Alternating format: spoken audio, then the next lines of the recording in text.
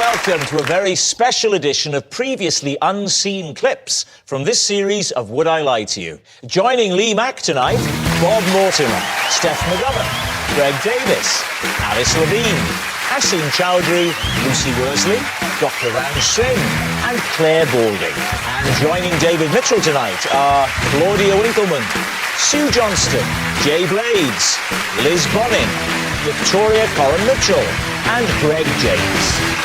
And so we begin with round one, Home Truths, where our panellists read out a statement from the card in front of them. To make things harder, they've never seen the card before. They've no idea what they'll be faced with. It's up to the opposing team to sort the fact from the fiction. Asim, you're first up tonight.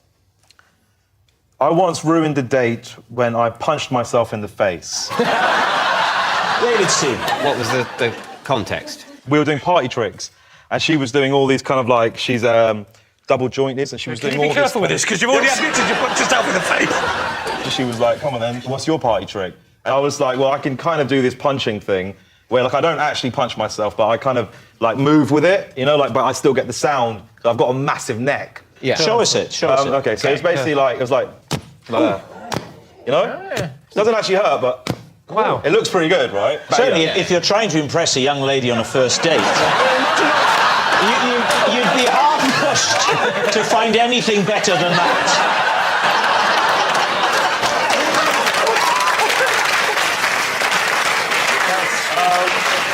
So, as you can see there, it's not great, and that was the problem. What I did is I kind of, like, forgot to move with it, because that's the whole thing, you move. I clipped my jaw, and the side of my cheek started bleeding. She didn't realise this, but I could feel the blood filling up in my mouth. So, I went to the toilet, I went, hey, I'll be back a minute. And then I was in the toilet, and it wasn't stopping. It was, like, my tongue out of my mouth, and it was, like, literally pouring out of my mouth. And then I started getting paranoid, because I'm like, I've been in here for a while, she's going to think I'm having a poo. There's nothing worse than coming back from the toilet when someone thinks you've had a poo and your mouth's bleeding. It's not great English, is it? And yeah, I was in there for at least around 15 minutes. It wasn't stopping. And then I just went home and I turned my phone off and I never saw her again. You're not serious. Yeah. You walked out of the restaurant. I left. I couldn't...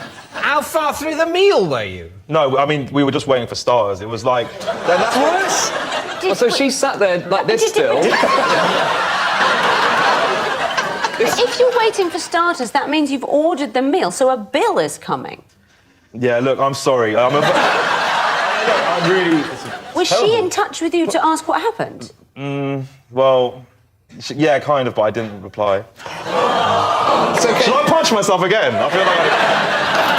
Imagine your first date, Victoria. The first time, there must have been the first time when you and David went out together. What was his party trick? What did David do for you? David went for the more old school sort of wit and charm, no, let me get this. Why, what had you dropped? Although I was already besotted before we even went on the date. He could have punched himself in the face, I wouldn't mind. I've actually got the taste of vomit in my mouth. How does this seem to you? It seems ungentlemanly. It is. I'm very ashamed of it, and it was a long time ago. It was around 6 years ago. I would never do that again. You're so obviously embarrassed about it, I think it must be true. What do you think? I think it might well be true as well. Yeah, I think it's true. OK, you're saying true. Yeah. Asim, was it true or was it a lie? It was... true. Yes. Sorry for you. It's Bob. Not a lot of people know this. Which is handy for this game. Including me. But I am a qualified dog masseur. David, OK, first of all, when it comes to dog massage, what is the qualification structure? I've got a B.Tech. A B.Tech in dog massage. And what was the process of obtaining that? I went to my local further education college. I admit this was for a television programme. OK. Right? I did what was have been a 9-month B.Tech, and I did it in 3 months. What was the television programme? It was well, it didn't happen. You don't tell them it's not true. No, I mean the TV. Oh, the thing! I thought you was just giving up. I think he's just going, oh, no, it didn't happen. Oh, no, I just had to read this card out. No, it happened. The television programme never came to fruition. How do you massage a dog? Talk us through it. Well, thank you for that. Firstly, it depends, obviously, what breed it is. Alsatian. An Alsatian, is it tattooed or just plain? Plain. Tattooed. Since the advent of the devil dogs and that, the Alsatian's lost a lot of its clout, hasn't it? But some of them get tattooed now to up their street, you know, but the owners do it. Oh, this should be so simple. If it's not true, Bob, you've made it really tricky for yourself. How do you massage a dog? It depends if it's got tattoos. No, I was just making... So I was using that silly idea to illustrate that the first thing you'd have to do is assess the temperament Every dog is of the different. dog. Yeah. If the dog has a gentle, kind soul to it, you should and must start on the neck, at the nape of the neck, move round to the shoulders. If it's a bit testy, A bit frisky. do you know, like a little snappy poodle, something like that, you start on its haunches, because it's weird, you might find this with your cats as well. The way... It's a separate course, surely. First thing they say in the cat massage BTEC. Now, just because you may have a dog massage BTEC, you probably think you know your way around a cat. When you're administering your skills, Yes. where is the dog? Is it on the floor? Where is it typically? A massage table, it's wiped down, of course. With a hole for its face. Can I just say, this is very disrespectful, the way that you're all carrying on to the... to the BTEC, to the people who run the BTEC courses. Have you got a dog? No, I haven't. He's not allowed to keep him. He's barred. The first dog I did it on was a golden retriever. Yeah. Golden fish. You just separate their back paw. You encourage them onto the side. You separate their back, their fingers. I mean, no terminology is not great. Yeah. Why would you know the terminology of... I mean, it was only a 3-month rush BTEC. So knowing things like, the name for a dog's foot, that's advanced stuff. And you can drain their equivalent of the lymph system as well. Wow. You can drain their lymph system. How? How? Their lymph system, their lymph system is under their arm. I'm not wrong, I know it's not. Is it an arm? It's a leg. But they've got 4 legs, dogs. They're famously got 4 legs and no arms. Never mind complicated stuff like the arms and legs. Let's go back to the basics of the lymphatic system. So, David, which way is your team leaning here? Oh, I don't know. Very true, but The thing is, I really... poor thing. Do you think it's true? No, it's a lie. It's got to be a lie. True? That's a lie. Well, I think we think it's a lie. What are you basing that on? I'm basing it on the fact that 3-month BTEC for a programme that might not happen. Yeah. And also, you don't seem to know much about dog You haven't massage. asked me anything. I think we have asked you questions. This is the longest conversation about rubbing a dog I've ever had. Let's go live. OK, we'll go live. You think it's a lie? I don't think you've thought enough about this.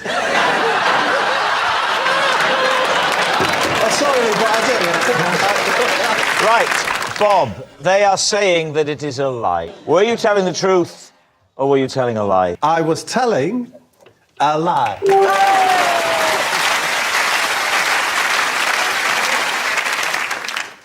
It's David. My weekday breakfast regime is always as follows. Monday, cornflakes. Tuesday, cornflakes. Wednesday, cornflakes. Thursday, cornflakes. And on Friday, jazzy cornflakes. Please, Tim. What's jazzy cornflake? It's cornflakes with chocolate milk. So the phrase jazzy cornflakes is something you've created. It's not. Yes, as a renowned wit. So, how did you come up with this system, David? Well, I like chocolate. It's a treat. I consider Friday is the day of treats, I'd say. It's a fun day because it's not actually the weekend, but by the time the weekend started, you're already disappointed by it. So the anticipation of something nice happening is almost invariably nicer than the thing itself. So Friday morning is peak for that feeling. Yes, actually, although increasingly I now prefer Thursdays because you're looking forward to the Friday that always ends up being a bit disappointing. So talk us through the routine, David. Well, the routine... I get a bowl, I put some cornflakes in it, then I pour the milk on, down the side, not over the top. I don't want them to go soggy. Oh, you don't want them soggy? No, I like a sort of sogginess rising from below, but a sort of resistant crunchiness on the top. Yeah. So why don't you put your milk in first and then put the flakes in? Because the reason is that I've literally never thought of it. So, Lee, what do you think? It's unlikely, because the David I know would say cornflakes milk on a Monday, cornflakes milk on a Tuesday, cornflakes milk on Wednesday, cornflakes milk on Thursday. When you get to Friday, go, I better not take any risks. Joe, what do we think? I don't believe it. You don't? I don't think so. He comes across as boring, but I don't think he's actually that boring.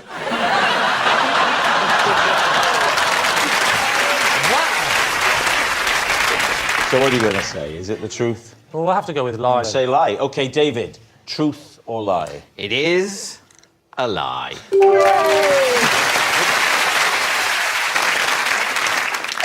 It's Claire. After accidentally spilling red wine on my dress on the way to Ascot, I deliberately spilt more wine on it and pretended it was part of the pattern. David's team. So where was the initial spillage? In my lap.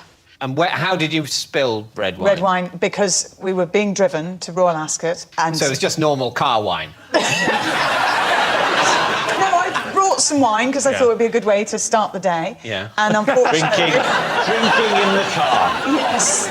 And I couldn't turn back because I was meant to be presenting a trophy. Did anybody comment on it during the day? Actually, somebody told me they thought it was a rather, how very modern, someone said to me. I said, oh, yes, it came from, and I named a designer that I thought was kind of fashionable. Merlot. Came from Merlot, yeah. How did you put the wine on? In a straw. A straw? Just taking a, just take a mouthful. You drink your wine with a straw? Well, I was trying not to spill it on me, but it didn't work. That's a horrible image, isn't it? Oh. Claire Balding, 10 o'clock in the morning, on the way to the races. Well, I'm presenting. No, I'm not! Oh, man. Here's a favour, pour all that on me dress. Okay.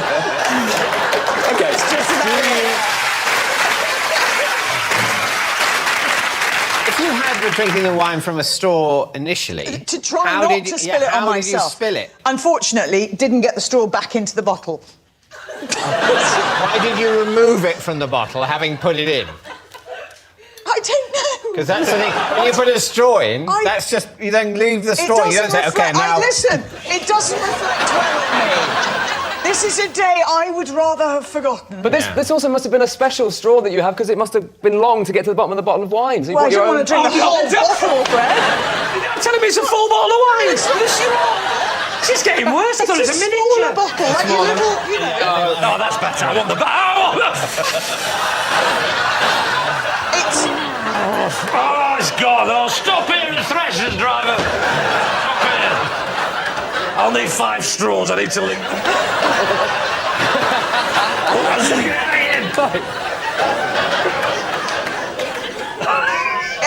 I'm not proud. I'm not proud because, unfortunately, that is quite an accurate reflection of that day. So, was Claire telling the truth? Did it happen, Victoria? It's sort of insane, but I want to say true. What do you think? I refuse to believe that. I think it's true. Saying true. Claire Balding, truth or lie? It's a lie.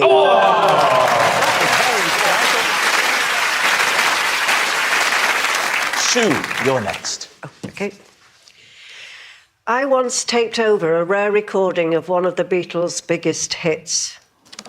Lee's team. Sue, why were you in possession of the recording? Well, it was given to me to listen to. Oh, so it was an audio tape? Reel to reel. And it was given to you by a beetle? Yeah. Which Beatle? Paul. 1 in 4, wasn't it? What was the song? Which Beatles song? Love Me Do. That was their first hit, wasn't it? Yeah. Oh, so this is pre-fame. Was it the original lineup of the 4 that we know? Yeah. OK. You're looking a bit worried, like I know a bit more about the Beatles than you're expecting. How did you know Paul McCartney and why did he give it to you? And you can't just say yes to this one. Because I was a friend of his. I met him at the Cavern. Where did the taping over occur, Sue? In my house. In your house? And you thought it was a blank tape? No. You knew that you were recording over Love Me Do? Yeah. Well, you idiot. Why would you do that? What did you think of Love Me Do? Because that's what he wanted to know, right? He said, have a listen to this and see if you like it. Was that the idea? Yeah. I said, it's good. Did he say, you think we should bring it out as a single? Sean Connery meets Sylvester Stallone. You can't do Paul McCartney, can you? Not very well, no. It sounded like Sylvester Stallone! Do you feel bad that you taped over it? Yeah, because I could have got a lot of money for it. What are you thinking? Has Sue been telling the truth? I'm surprised this hasn't come up before. Like, I haven't heard this story. I've seen you in interviews, I've seen Paul McCartney in interviews, and he's never gone, you know that woman that was in Brookside? Same sort of Love Me Do. It's getting better. Every time. It's getting a little bit better. Either it's getting better or we're just forgetting what Paul McCartney really sounds like. I think it's true. You're right, maybe we would have heard more about it. All right, it's a lie. I think it's a lie. OK. Sue, were you telling the truth or were you telling a lie? Well, it was... Range,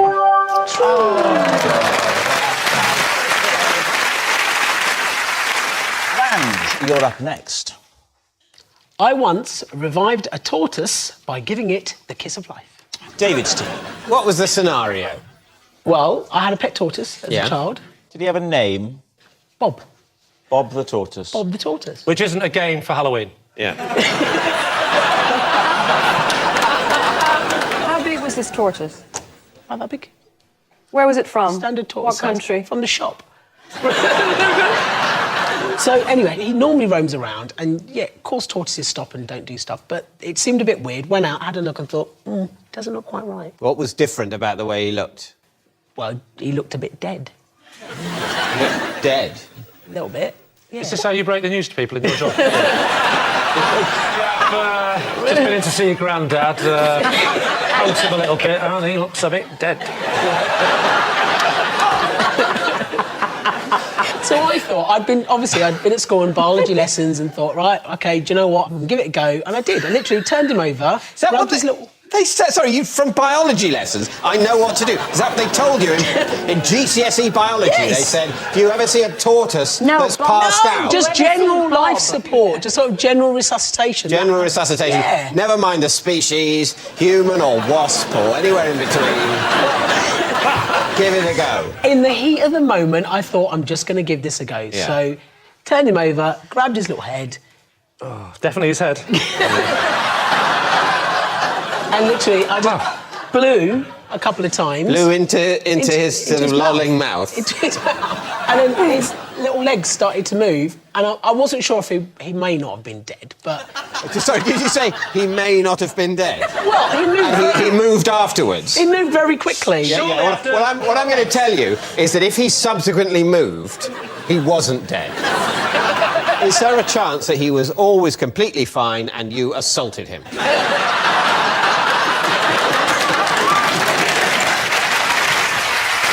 What do you think, Steve? Does this sound true to you? I think it's a pack of nonsense. What about you, Liz? I don't believe a word of it either. Really? Yeah. Right, David, time to decide. Well, I don't think we believe it, do we? I don't think so. No. OK. I think we're going to say it's a lie. Ranj, were you telling the truth or were you telling a lie? It was a lie.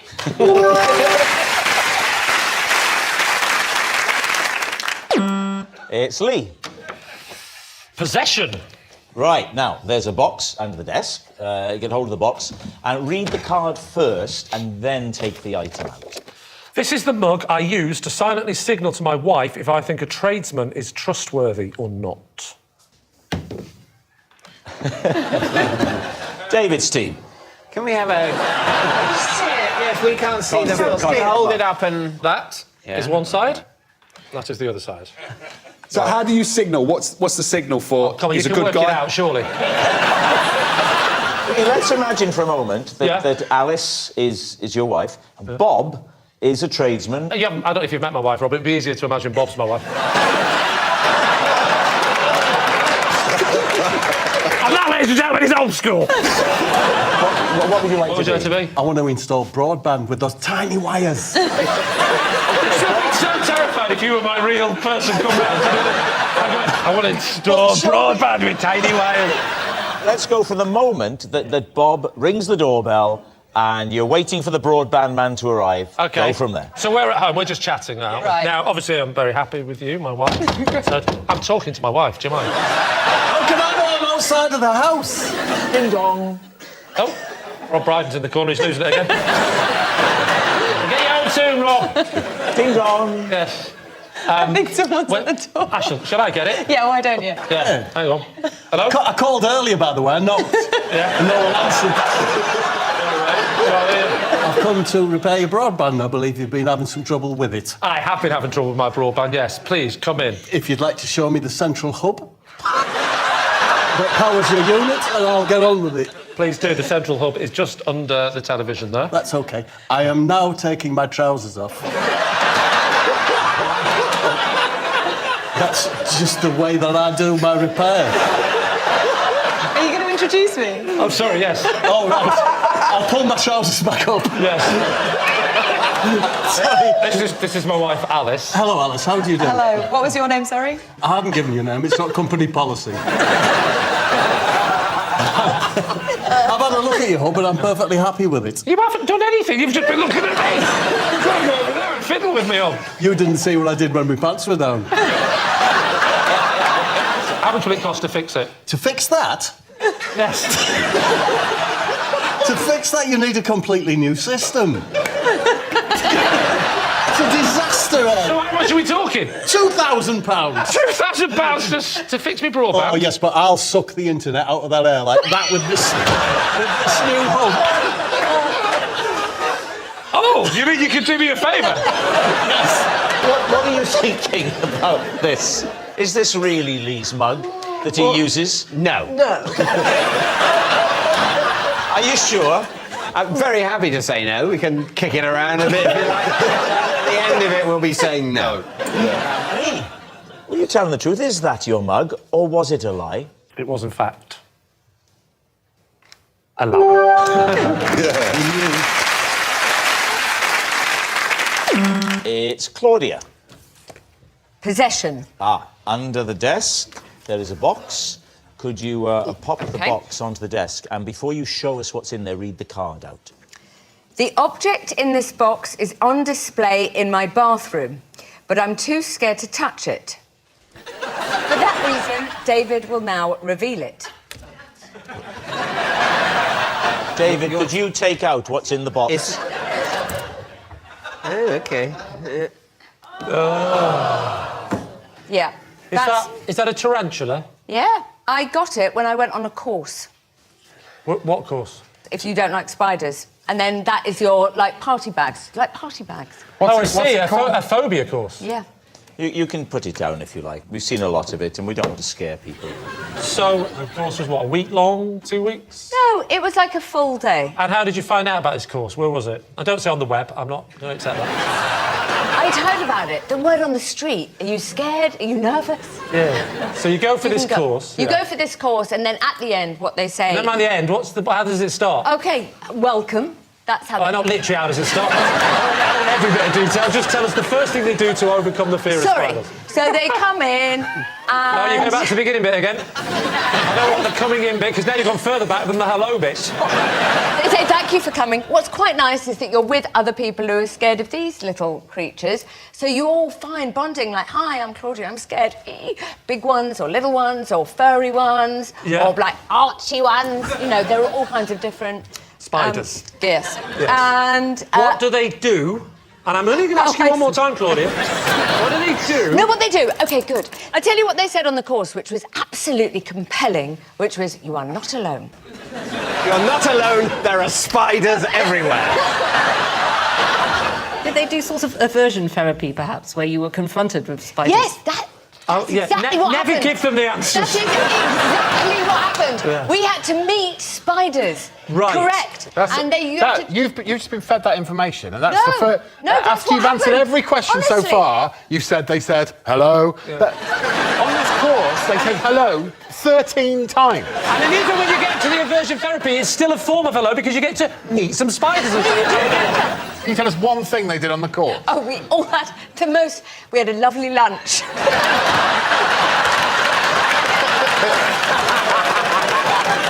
What did they do? One technique that they did. Anything. We met them and we made Did you friends get to with hold them? And they were crawling on us and, like, being all cuddly and soft. But you're not saying the colours are because you're still scared of them. Oh, yeah, I am still scared. I mean, this has got to be the worst lie in the history of this programme.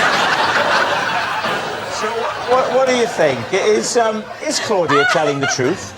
I think that she's lying, and if she's telling the truth, I'm not having it. Because if she's telling the truth, she is contractually obliged to tell us something, as opposed to every question being answered with, hello, then you in there, and cuddly, warm, all over, and I just, with the thing, and I can't because it is, and that's the way we are on the road. That doesn't constitute an answer, does it? It's definitely a lie. Goodbye. You're saying a lie. OK, so, Claudia Winkleman, were you telling the truth or were you telling a lie? It is totally true.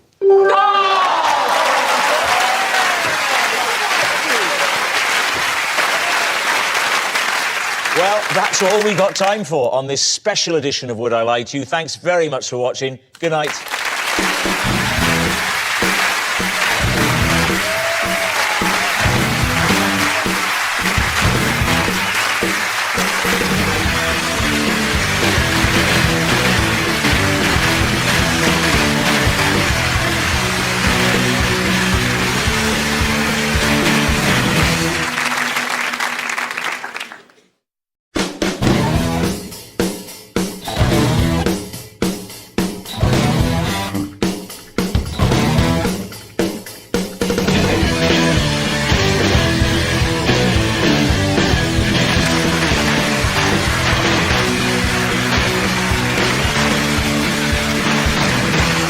Good evening and welcome to a very special edition of previously unseen clips from this series of Would I Lie to You? Joining David Mitchell tonight are Claudia Winkleman, Dan Walker, AJ Adudu, Samantha Morton, Miles Jupp, Roisin Cromitty, Sarah Barron, Chris McCausland and Gemma Carey. And joining Lee Mack tonight, Bob Mortimer, Sarah Pascoe, Mr. Motivator, Ed Gamble, the Reverend Kate Copley, Sophie Herman, Dr. Zaan van Trulliken and Cindy D. And so we begin with round one, Home Truths, where our panellists read out a statement from the card in front of them. To make things harder, they've never seen the card before. They've no idea what they'll be faced with. It's up to the opposing team to sort the fact from the fiction. And AJ is first up tonight. For dinner, I often eat an entire packet of cream crackers. Please, team. Just cream crackers? Yeah, for dinner. Like, the whole dinner is a packet of cream crackers. Do you have this when you have dinner alone or with other people? Combination of the two. Hang on, with other people, do you say, don't worry, I'll cook, and then come round? There you go. Don't worry, I've got us a packet each. That's me shaking the cream crackers in case you...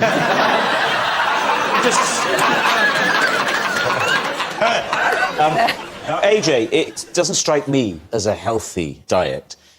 Do you have a take on this? Because I know you have an above-average knowledge of food. You're talking like a man who has never had a conversation in his life. I know for a fact that you have above-average knowledge of food. What are you talking about? No, because I know about you. I know about you. eating a bit. I'm the one in the team. Didn't you train as a nutritionist? Yeah, you know. Well, if you trained as a nutritionist, why on earth are you eating crackers? Look, that's like saying, does a kidney doctor, like, not have alcohol? Kidney doctors drink booze, you know what I mean? Yeah. It's the liver more than the kidney, traditionally, but I take your point. Look, listen. Think. Which one? What's it going to be, look or listen, please? What is that? Look, listen, think. That is a thing, isn't it? Cross the road. Cross the road. Yeah. It's stop, look, listen, close your eyes, run! So what are you going to say, Lee? It's clearly not true because she's very slim and you can't eat that amount of crackers and be healthy, and you look healthy. Sorry, I've never met a woman before, I'm nervous. So,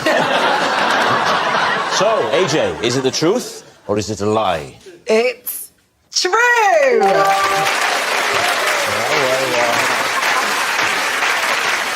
Sophie, you're next. Okay. I once ruined Oktoberfest for 2,000 people with my Miley Cyrus impression. When did this happen, Sophie? It happened around 3 years ago in Munich, where they host the only Oktoberfest that matters, because that's the original. How did you ruin it for everyone? What happened? Well, I was at my favourite tent. It's a series, the Oktoberfest It's a series of tents. And the idea is you just get together... Get together, you sit in these kind of booths and have 1 liter of beer, which is a Maß, not a Stein, which every English person seems to believe. It's not called a Stein. It drives me crazy. In German, it's wrong. It's a Maß. Anyway, I can drink 6 without vomiting. Woo! 6 litres, that's 12 pints. And without vomiting, well done. Yeah. So you're in your favourite tent. I'm in my favourite tent. And there's about 2,000 people in there. Exactly. Yeah. The tents host different capacities. This tent is quite small, so it's only 2,000. Sounds quite large to me. I mean, I would say as tents You clearly go. haven't been. Yeah, but I'm saying I have seen tents, and I'm saying what I would call quite a large tent would still not hold 2,000 people. Well, we're not talking about the Millets family tent. It's more of a marquee type tent. Yes, what I'm trying to do is impose some sort of broader context to this conversation about tents, because we're going to go mad if we start calling tents that contain 2,000 people small tents. Otherwise, we've lost all respect for adjectives.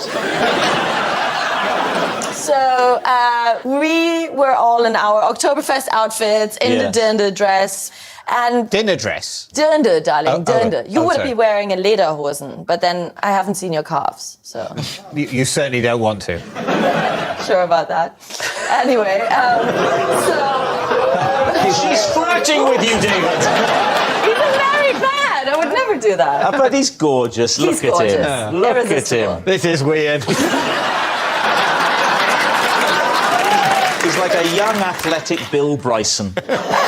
With a little bit of Paddington Bear. If I remember correctly, there was this very poorly attached kind of lamp shade hanging there. And at some point, I was drunk enough to channel Miley Cyrus's performance in the video, Wrecking Ball.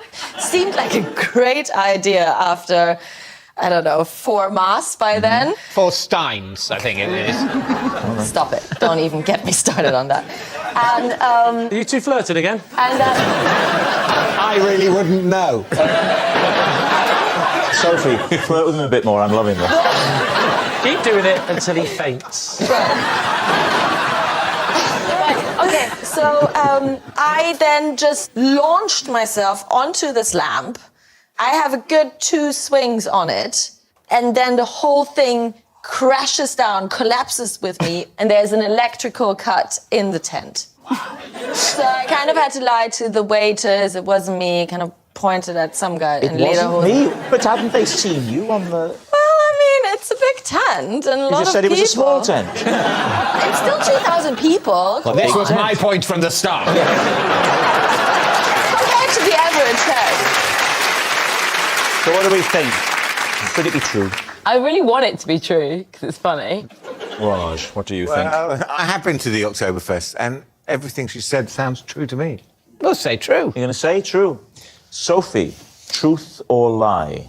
Well, it wasn't the proudest moment of my life, but it's the truth. This is true. Dan, you're up next. Right. Sir Alex Ferguson once gave me the hairdryer treatment for leaving greasy chicken fingerprints on the FA Cup. Oh. Lee.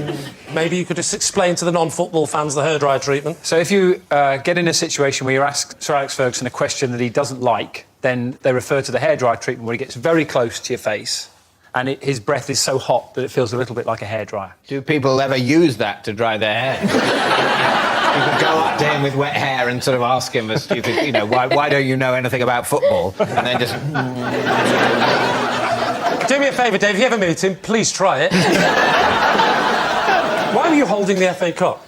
Because I was hosting Football Focus from Wembley the week before the final. How long ago was this? This would have been 1999 when they won the treble. Right. So they'd beaten Tottenham to win the league. They had the FA Cup final, and then they're playing the Champions League final the week after that. I mean, it's endless, isn't it? They just play football and play football and play football. When is it going to come to some sort of conclusion? So the FA Cup is there? The FA Cup's there. Right. Normally what happens is I do a piece to camera when we start the coverage of the FA Cup, and I'm allowed to hold it, but I just had chicken dinner and greasy fingers on the cup. Right. And what did he say in his fury? He said, "This is a disgrace." I've been manager of this club for 13 years.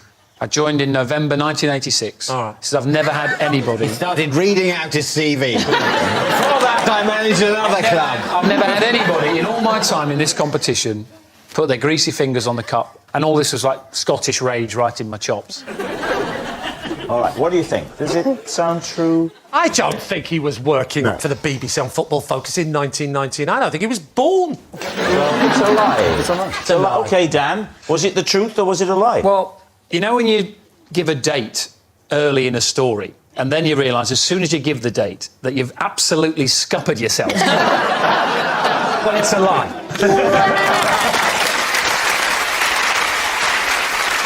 Sarah, you're next.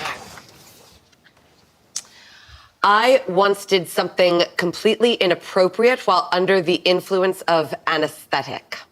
Oh, right. Lee. First of all, what were you under anaesthetic for? I suffered a very severe break of my ankle. Where was this, Sarah? New York City. Of course it was. You're in hospital, you've had the anaesthetic. Is it local anaesthetic? No, it's in New York. No. It's miles away. That's one of my best. Okay, so I got the anaesthetic and I started to go under. So they laid me back. You weren't already laid back when they gave you the anaesthetic? No, because... In my experience, I'm laid out when they give... You just said no to Rob like you were trying to get a dog off a sofa. I loved it.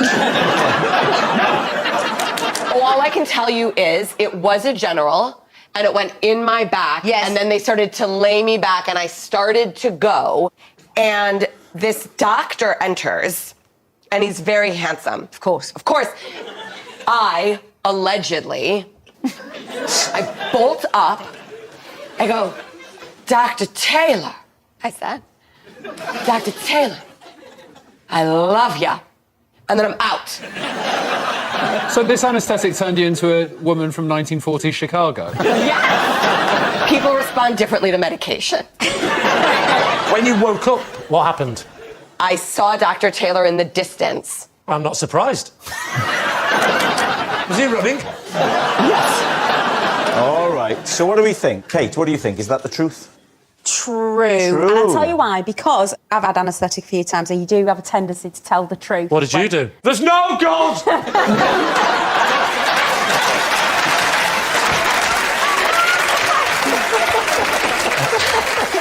what are you going to say? I buy it. You say True. True? Two truths. We'll say it's true. They're saying it's true. Sarah, truth or lie? It is... true!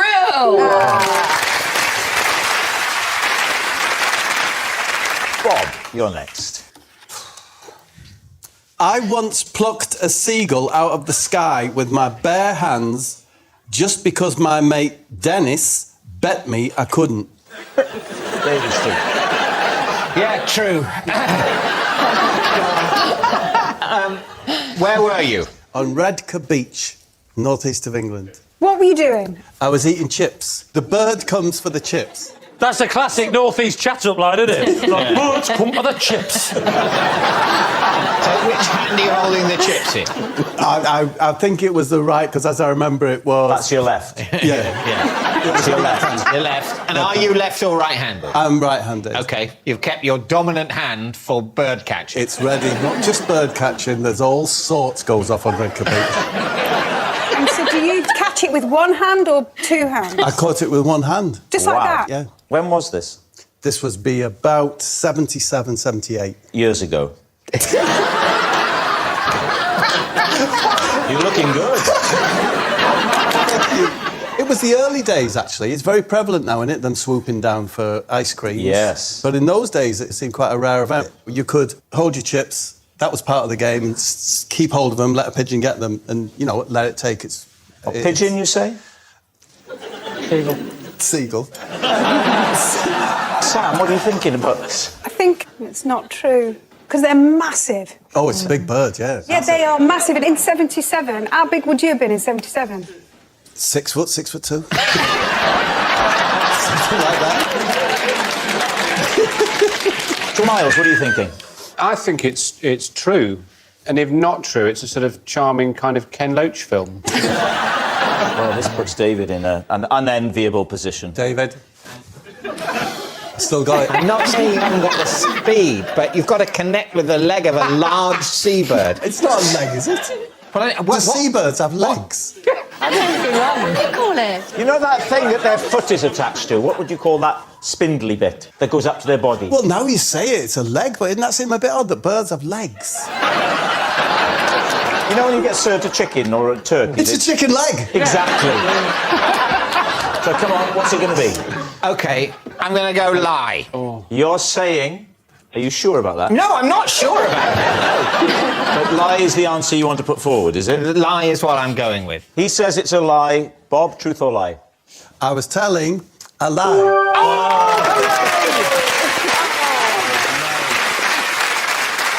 Chris, you're next. OK, well, I'm still blind. So, David, would you save us all a lot of time and read my card out for me, please? OK. I eat an apple a day in a very particular way. Right, Lee's team. How long have you eaten an apple a day? Oh, probably coming up to a year, 9-10 months, maybe. 10 months. So what is this particular way? Well, the usual way to eat an apple... They don't need to cover that, we know. Well, I mean, Stephen's from Scotland, he mightn't be aware of eating fruit. So... But if you go in through the side and you eat around the core, and then you put the core in the bin. Yeah. You're not going to tell me you eat the core first, because we're not going to believe you. I do eat the whole thing, because I read from a very reputable news source that 90% of the goodness is in the core. 90% of the goodness of an apple? All the benefits. Is that little bit in the middle? In the middle. That's where all the goodness is, all the benefits. It does so much for Does your it? health. I've been chucking the core to the dog. The dog now is an Olympic athlete. Now it explains it. So, Chris, you eat the apple, and where most of us then would be left with the core and would discard it, you just carry on. No. The way that everyone eats an apple is fundamentally wrong. So you don't go in through the side. You need to go in through the bum. The opposite end to the stalk. So if you go in through the bum, you don't notice the core because it's distributed equally amongst sweet, juicy apples. So you don't notice all of the goodness. What the hell are you talking about? I mean, if you eat an apple from the side and you're left with the core, all you've got is core. But if you eat it through the bum, up that way, you're getting a little bit of core. Why don't you eat it through the side, but just keep chewing through the core? Because then it's just core at the end. because now then I'm you've got to go involved. right through the middle.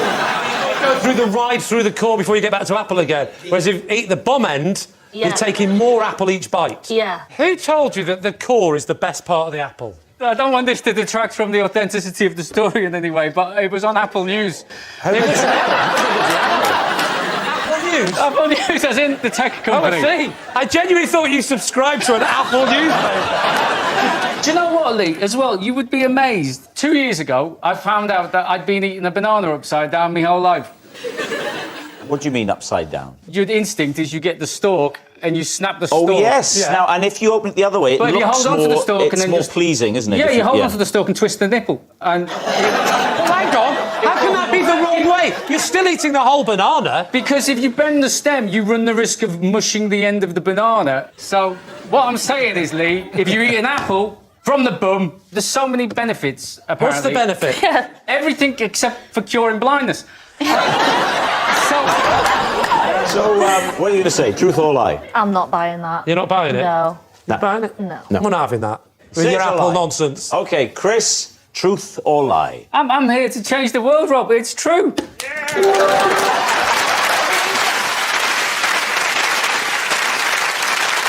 Ed, you're next.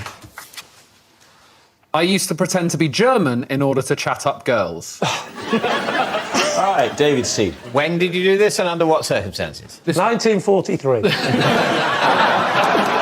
This is probably between the ages of about 17 and 19. Why German? So I grew up in Wimbledon. Yes. Oh, that explains it. And me and my friend Josh, during Wimbledon, we used to go out in Wimbledon Village and pretend to be Boris Becker's personal assistants. Imagine Lee is A woman. in a sandwich shop. Now, please do it. Hi, I'm Helmut. This is my friend Herman. We're here for the Wimbledon tournament. We're Boris Becker's assistants, yeah? That is very, very lie. sexy. Isn't This it? is a lie. And did it work? Yes, we slept together. So what is your job as a personal assistant? I worked for Boris for many years and he got rid of me. What is it you do so well? His laundry, prepare his snacks. Prepare his snacks, etc. I hide his earnings from the German tax man. Ed, can you describe a scenario in which it was successful? We're talking about my love life as a teenager. So Okay. success for me was those girls probably spoke to us for 5 minutes longer than they would have done if we'd used our normal voices. So, ironically, love as in tennis. He got nothing. Not a funny joke, but a lovely link. But this lasted for 2 years. 3 years. Dry years, which is appropriate as well. Are you still friendly with Josh? Yeah. And what do you guys do now? Like your normal grown-ups now? He's got, like, kids and stuff, so... Cool. I mean, she still thinks he's German. So what are you going to say? Truth or lie? Well, say true. All right, they're saying true. So, Ed, were you telling us the truth or is it a lie? It was...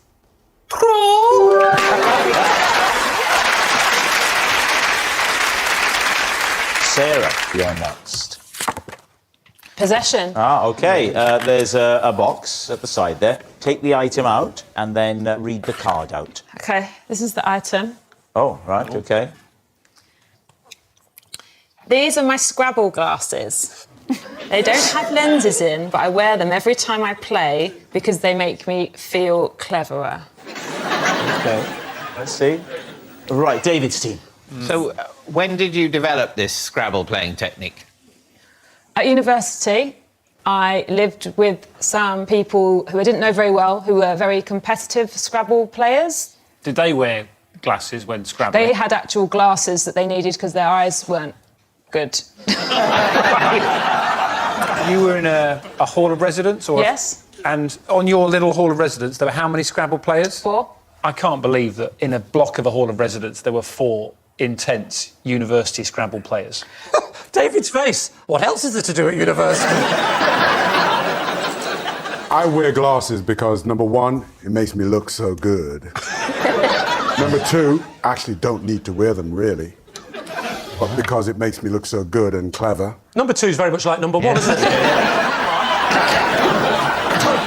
So, to be clear here, the glasses are to make you feel more intelligent. I am more intelligent with them on. I play a better game, I get better scores. That's science. I've got a Scrabble question. What's a K worth in Scrabble? It is worth 5. Yes. What's, But ask me now. what's the point bonus you get if you use all 7 letters? I don't know. It's 50. Yes! She's got Scrabble knowledge, David. So, what are you going to say, David? What do you think? I'm going to say it's a lie. Lie. Sorry, David, I think it's the truth. I'm going to go true. You're saying true? Yeah. OK, so Sarah, truth or lie? I'm going to keep these on while I tell you that it is lie. Zan, you're next. After a mix-up with a builder, my house now has a daft name. David, Steve. What is your house's daft name, please? The name is 74 Baskerville. And what's the actual address? All right, David, calm down. That's a fair point you make. You don't have to tell me your address on television. How did you end up with 74 Baskerville on your house? On the glass above the door in a Victorian house, there's an opportunity to put your number if you want it. Yeah. And I said, I want the number 74 frosted into the glass, and I want it in a serifed font like Baskerville or Century Schoolbook or Garamond or Times New Roman or something like that. This is the most middle-class conversation I have ever heard in my life. Does it say 74 Baskerville in Baskerville? What annoys me about it is that it is in Baskerville font, so someone knew. It's interesting because I've always had a theory that sign writers can all spell accommodation. But they ask, do you want the special service where we spell check? It's twice as much.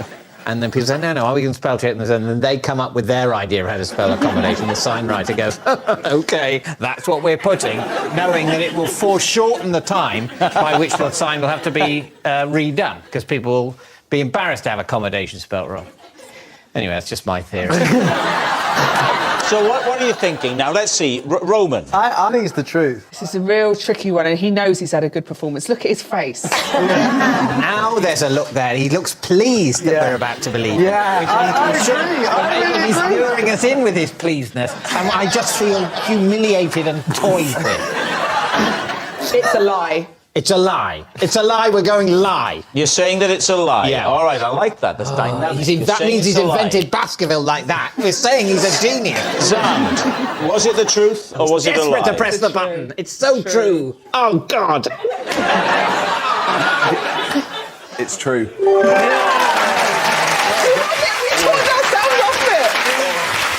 Yes, it's true.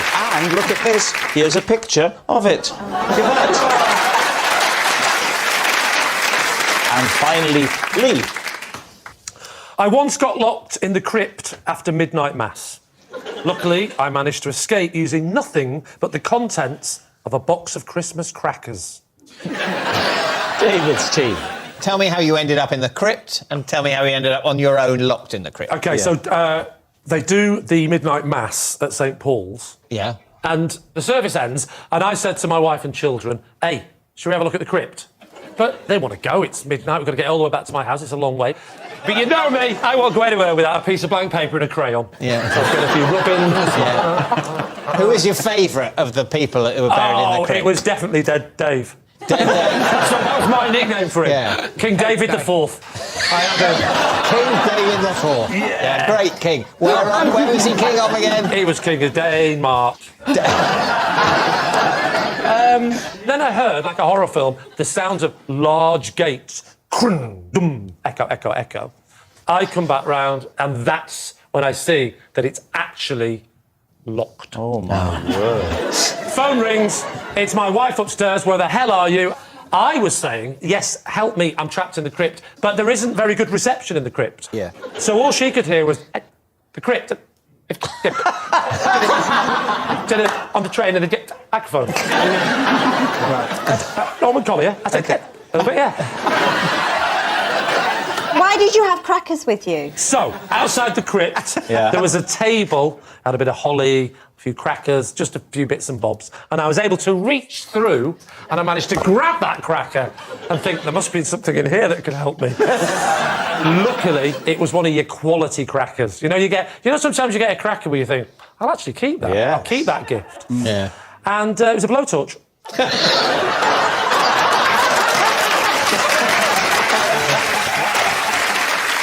Right, so what are you thinking? Ruth, what do you think? No, it's a lie. But it's obviously a lie. What? It's a lie. You're going to say lie because Where's your Christmas charity? I tell you why. It's because you said. You know what he said? Yeah. That's why it's a lie. OK.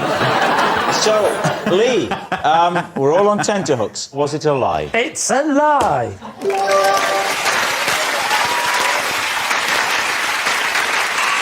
Well, that's all we've time for on this special edition of Would I Lie to You. Thanks very much for watching. Good night.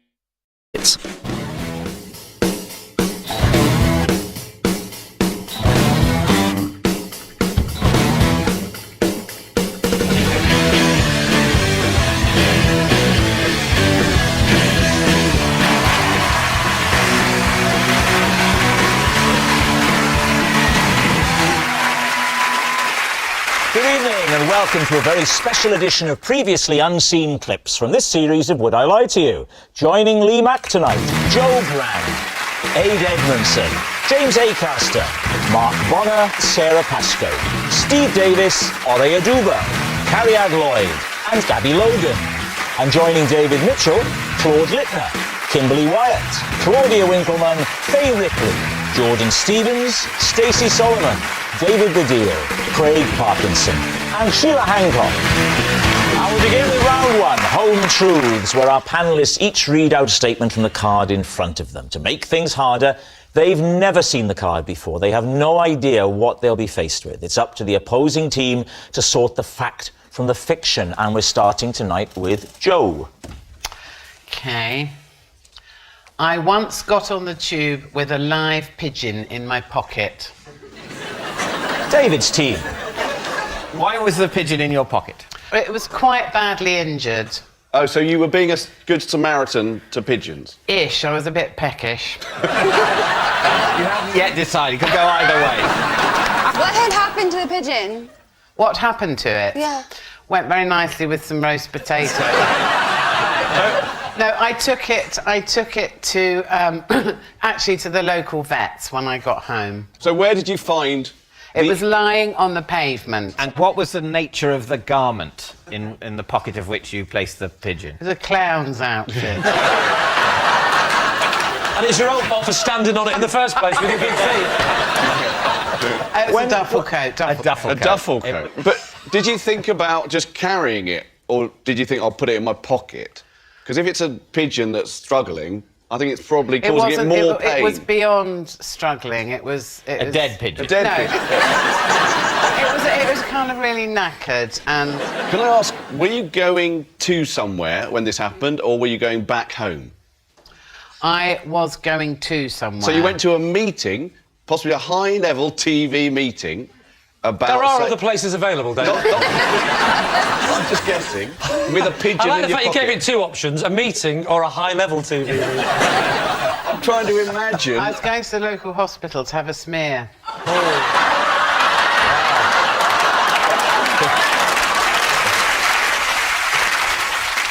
While it was in your pocket, did it start flapping? No. So it was just completely quiet, but not dead, in your pocket. Did you have some seed in your pocket? Of course you did! We all carry emergency trill. What are you thinking, Kimberly? Does it have the ring of truth for you? I think it's a lie. I've saved a pigeon before, and it was quite badly hurt. Oh, here we go. It was really flappy. Am I the only person that hasn't saved a pigeon? I haven't. No, I have a hard time Yeah. believing it would sit in the pocket. What were the circumstances for you, Kimberly? I was at my flat. My now husband was gone, and I... I'm sorry to hear that. Very brave of you to talk about it on the show. There was a lot of commotion outside, so I went to look, and there was a pigeon struggling. But I was worried to touch it because I thought of diseases and things, so I left it and had to go away and think what to do. So what did you do? I tweeted about it.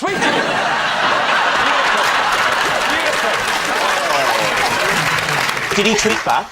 Well, somebody did, and they sent a cab to get the pigeon to take it to the Wildlife Foundation to save it. I really don't believe this. So what are you thinking, David? Well, Kimberly, what do you think? You think I it's true? think it's a lie. You think it's a lie? I think it's a lie. Lie? I think we think it's a lie. OK, you're saying lie. Joe, truth or lie? It is a lie.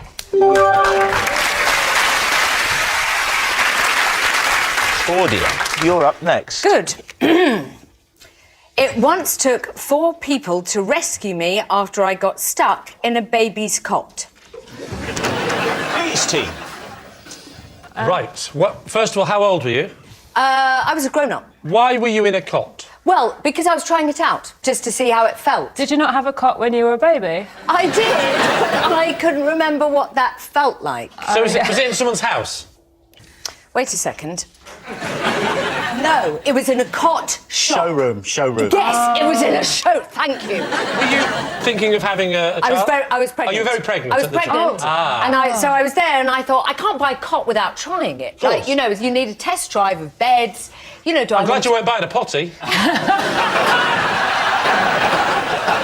How did you get in the cot if you were so heavily pregnant? Yes, good. Excellent. Well, there were ridges, you know, bars on the side of the cot, and I sort of just wheeled myself in, and then it was embarrassing. Wheeled yourself in? Frontwards. Yes, so like a dive, like a swallow dive. But those things usually come down, don't they, at the side a bit? You can sort of move them down That's what I did. What I did... Oh, On the side of the cot, I don't know whether you're aware, they have a little I'm aware, because I just told you. Yes. Good. And I just got it down and I got in the cot just to see how it would feel. And then did you put the bars back up again?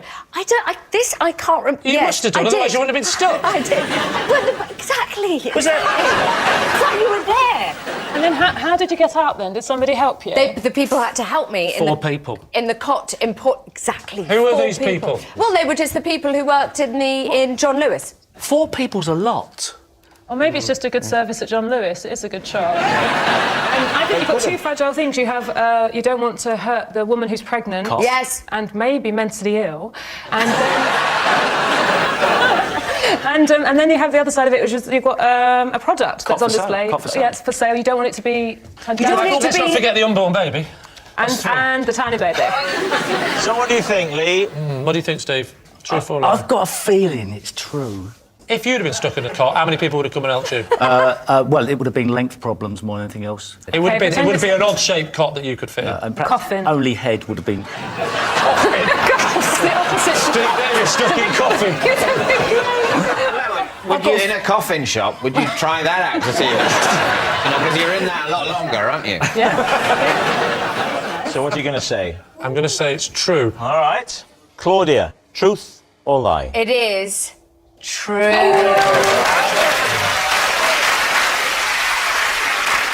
Claude, you're next. At a recent party, I rendered Lord Sugar's pet parrot mute after I pinged it on the beak with a champagne cork. Please, team. Talk us through the incident. Well, I spent quite a lot of time with Lord Sugar, as you can quite imagine. Why? Why? Because we're pals. You're pals? He's worked under Lord Sugar for how long? Not necessarily under. He's worked for Lord Sugar. With.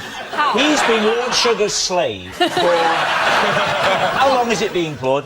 A long, long time. It's been a long time. Yeah. OK, so were you at a party, did you say? Yeah, one of our many parties. What was the party for? His birthday. Where was the party? It was in the West End somewhere, I can't remember the hotel. Did you say his parrot? It is his parrot, yes. He took his parrot to He the party? does. He does. Was it a bring-your-own-parrot party? No, it's part of the general ambience of the evening. Oh, what else did he bring to help with this ambience? Just his friends. To create an ambience, he brings his friend, always, and a parrot. Not always his parrot, but on this occasion he brought his parrot. I don't know what's so unusual. What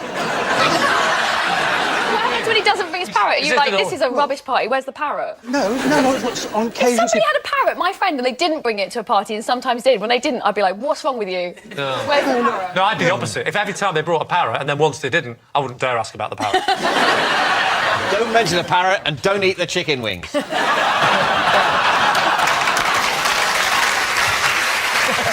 So talk us through the incident. Okay, so what happened? You get the champagne bottle. No, I wasn't getting the champagne bottle as such. I mean, what actually happened You were bringing was... the champagne for Lord Sugar. You'd already been going around the room saying red or white. And now it's your time to bring the champagne. What happens next? What happened was we were at the party, Yep. we were having a jolly good time, and it came a moment when the champagne was poured. OK? As happens in those kind of parties. Yeah. Isn't that right, David? I've had champagne in my life. I thought, as a bit of a joke, of a joke, I thought I'd just kind of put the cork onto the parrot's beak. Oh, you It's a threw bit of a it? joke. You threw it at the parrot? Like that. Oh, you kept it in your hand? Yes. That's even more vicious by keeping it in your hand. No. A punch with a cork. This talking parrot, what does it normally say?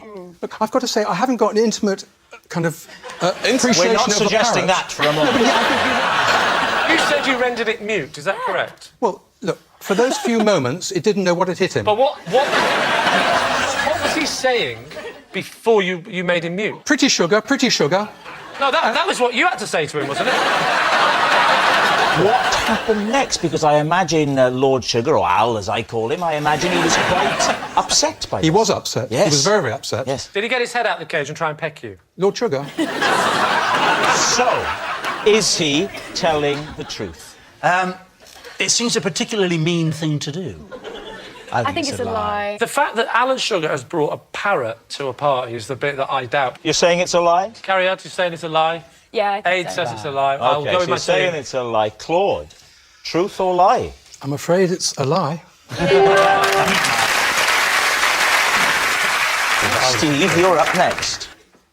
I used to coach the Sultan of Brunei's son until he sacked me over an incident with a cheese sandwich. David's team.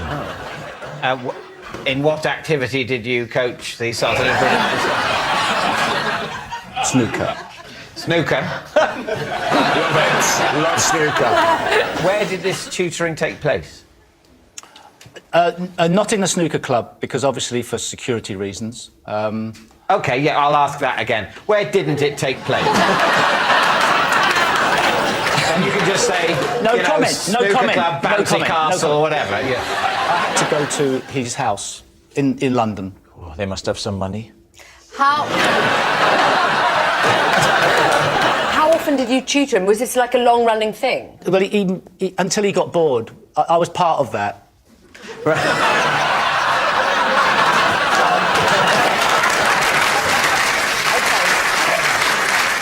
Now, you mentioned a cheese sandwich. What's the significance of that? So one of the things I used to do was to give myself a reward when I did well. So if I made a 50 break or a 100 break, then I could have a cheese sandwich. So I thought I'd try and teach him the same values. So what would you ask him to do in order to obtain a cheese sandwich? Pot 3 reds, 3 blacks. What, in a row? Well, that's usually how you play the game. No, yeah. And his reward was a mini Baby Bell and a roll. I asked him what was his favourite food, and he said cheese sandwich. That's the son of the Sultan of Brunei's favourite food is a cheese sandwich. Well, it's because he probably tires of all the unicorn liver pate. And... We need to find out why you lost the job, because it was part of this cheese sandwich. I think he'd never been told that he couldn't have a sandwich before. So he did consent to do all the potting before he'd eat the cheese sandwich? Yes. But then there was an atmosphere. Steve, when you started coaching to when you were dismissed, did you see a significant improvement in his game? Oh, yeah. Oh, yeah. Did you have... 6 times world champion.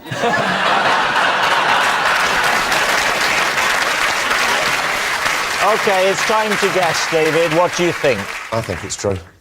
Yeah. True. We're going to say true. You're going to say it's true? Steve, was it true or was it a lie? It was true. Stacey, you're next. Okay. I'm frightened of rainbows and I refuse to go outside when sunshine immediately follows the rain. Wow. So, how long have you been scared of rainbows? Probably since I was a kid. To What be honest. started it? Was it Zippy? I just don't like them. I think they're mysterious. You don't know where they end. Do you know what I mean? And there's apparently a little short man at the end that's like, oh, I've got a pot of gold. I don't like the thought of the light spectrum hitting all different angles, going everywhere, and Making a creating mess. this colourful strip through the sky. This is like the craziest version of Open University I've ever watched. I don't like the ideology of rainbows. I don't like the fact that they're... Can I just... Look at me, I'm all the colours of the rainbow. Can I just check? Is this actually happening? I didn't think Stacey Solomon would come on and go, I don't like the ideology of rainbows. Ideology of rainbows. Susie, is there a word for someone who dislikes rainbows? I've got one. I don't think there is. Just the thought of it coming out of the sky, coming out of nowhere and landing on the floor. Do you know what I mean? Yeah, but they don't fall from the sky. What's that chicken that was scared of the sky falling down? Chicken licking. Yeah. Yeah. Did you empathise with him? Oh, I can completely see where he's coming from. So what do you think, Lee? Is she telling the truth? What do you think, Ori? Yeah, I mean, you can have irrational fears, can't you? You can. I mean, Well, you can, yeah, but you've got to draw the line. you would draw the line, yeah, just not 7 of them in a barrel. So you're saying yeah? I'm saying truth, like, So you're both saying true? Come on. OK, I'll go with my team and say Okay. that she does indeed have this irrational fear. Saying it's true. Stacey, truth or lie? It is, in fact, a Well done. lie. I love Faye rainbows. Ripley, you're up next. Right. I was once investigated by Interpol after a holiday romance with a water skiing instructor. Lee's team. Where was he a water skiing instructor? Corfu. What part of your life was this? What year was it, let's say? I don't really remember, but I would guess at mid-20s. The 1920s? I was young enough to go away with my parents. I was on holiday with my parents. So What was his name? Thanos. Thanos. I'll tell you why I was already doubting that. You just happened to look around the studio and there's a fan over there. I'm thinking that his name could have been Camera Os. Audience Os. So when did Interpol get involved? There was a burglary from one of the hotel rooms, and some money was How much money was stolen. taken, do we know? £75,000. Oh, wow. 75,000. What kind of worth? Of what? £75,000 worth of money? £75,000, is it? Of jewellery. They thought that at the airport, when we were waving goodbye, he had passed me the goods. They were suggesting I was some kind of donkey. I think it's a mule, isn't it? Not a donkey. Is it?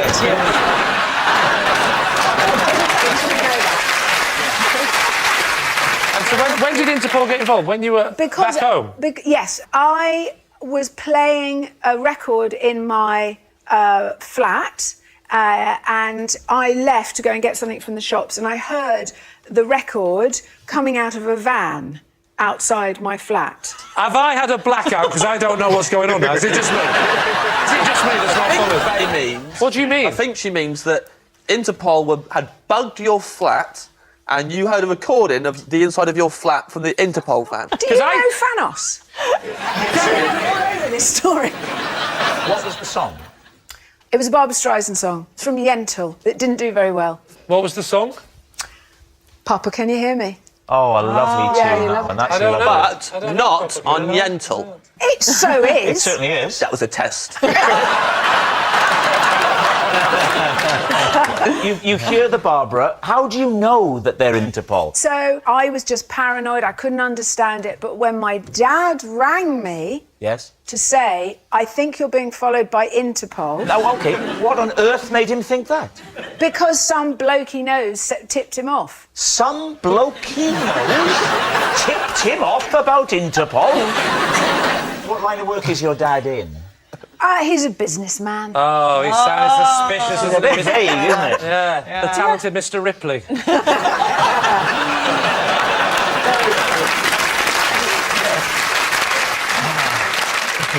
From what you know know about Fonos. He's not a real person, so it's okay. Do you think he was capable of committing that kind of heinous crime? Well, I suppose I loved him. He was... Can you describe the moment when you realised you were in love with him? When he gave me £75,000 worth of jewellery.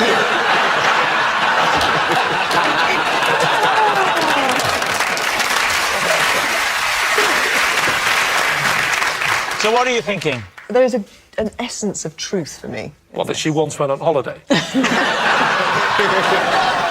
I think that Faye is lying. From the start, she looked like she was riffing it, and then very quickly had a look in her eyes of someone who's out of their depth. I think it's a lie. You say it's a lie. You think it's a true. lie. Yeah, you do this. Well, it is a lie. It's not. You can say it's a lie. All right, Faye Ripley, holiday romance, Interpol. Truth or lie? It is true.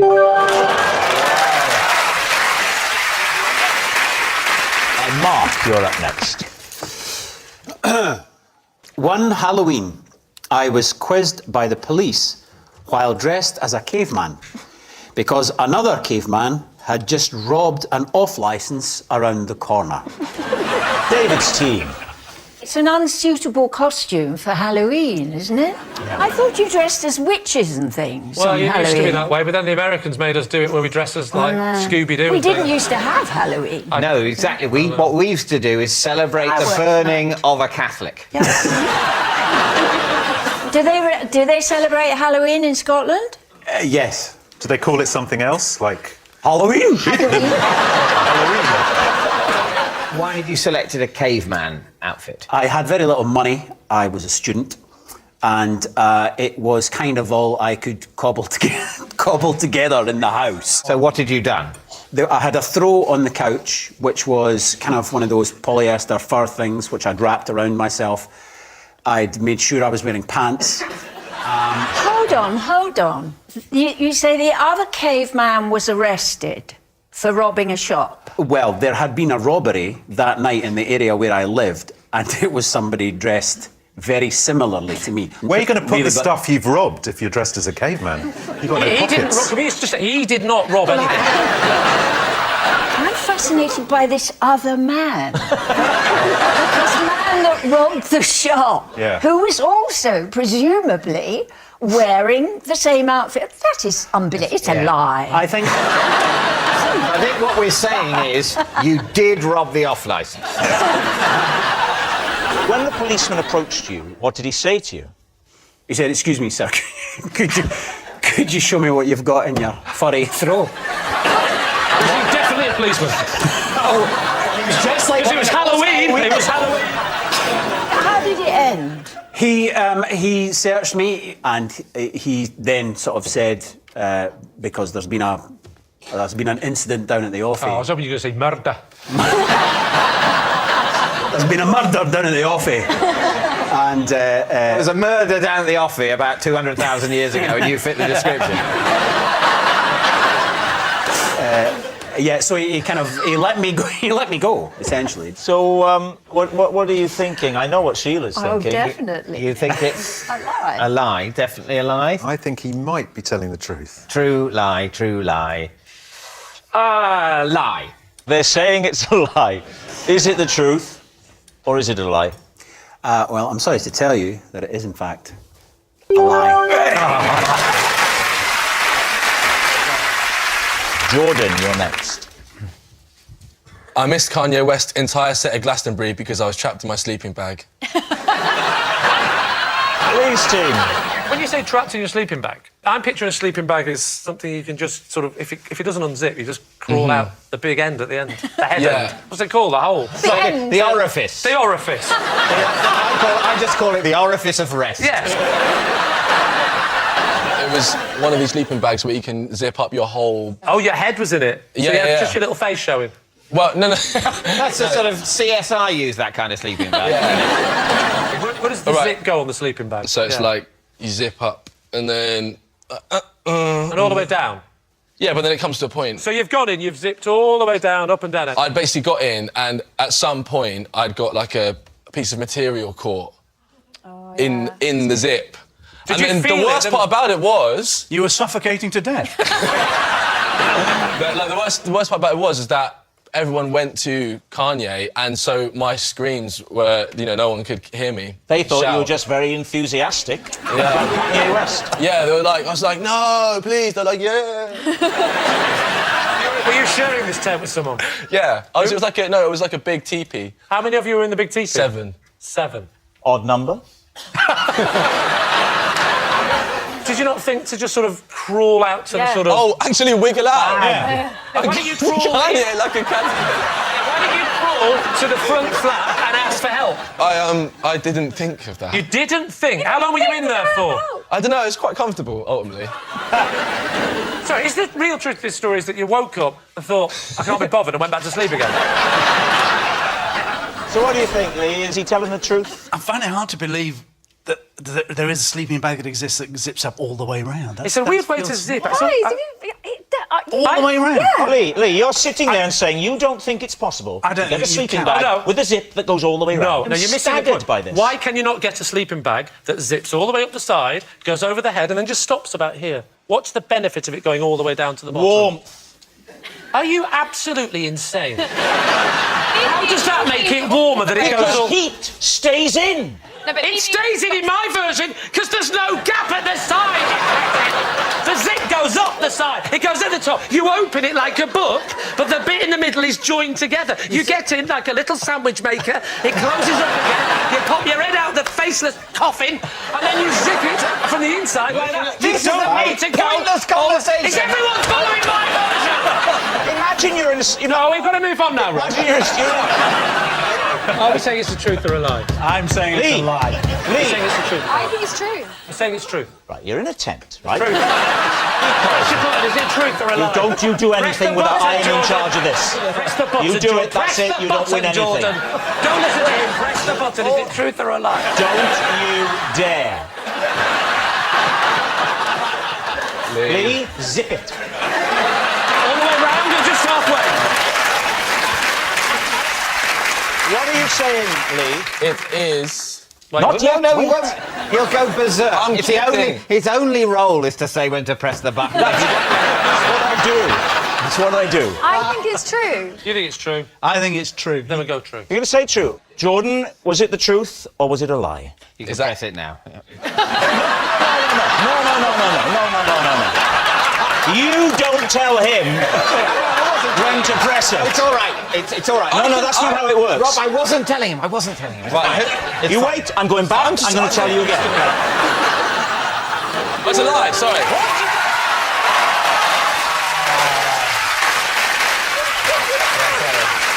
Well, that's all we've time for on this special edition of Would I Lie to You? Thanks for watching. Good night. Frank Skinner holds the keys to room 101. Watch the latest episodes now on BBC iPlayer. Next, here on BBC One, Miriam Margolyes meets an all-women gang of American bikers on her big adventure. While on BBC Two now, the art crime of the century, stealing Van Gogh.